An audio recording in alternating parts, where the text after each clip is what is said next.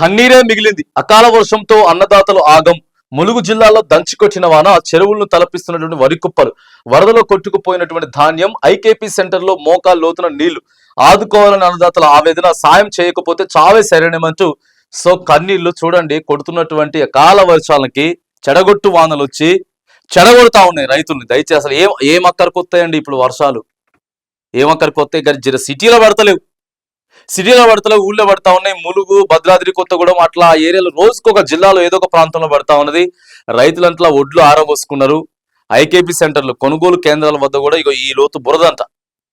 మరి అధికారులు దయచేసి అప్రమత్తంగా చకచకా కొనేటువంటి ప్రయత్నం చేయండి. ఎందుకంటే రైతుల కన్నీళ్లు చూడలేకపోతా ఉన్నాం. ఈ వర్షాల వల్ల చేతికొచ్చింది పంట ఎంతో కొంత, కనీసం పెట్టిన పెట్టుబడి తీసుకొచ్చిన అప్పైన చేతికి వస్తుందేమని చెప్పేసి రైతులు చూస్తా ఉన్నారు, ఎదురు చూస్తా ఉన్నారు. పాపం ఎదురు చూసి అరే ఇక వస్తుంది అనుకునే సందర్భంలో ఇట్లా వస్తా ఉన్నది.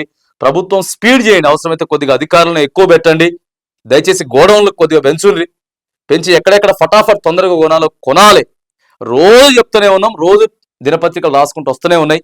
దయచేసి జిల్లా కలెక్టర్లు అప్రమత్తంగా అండి, ధాన్యం మొత్తం కూడా కొనేటటువంటి ప్రయత్నం చకచక చేయండి.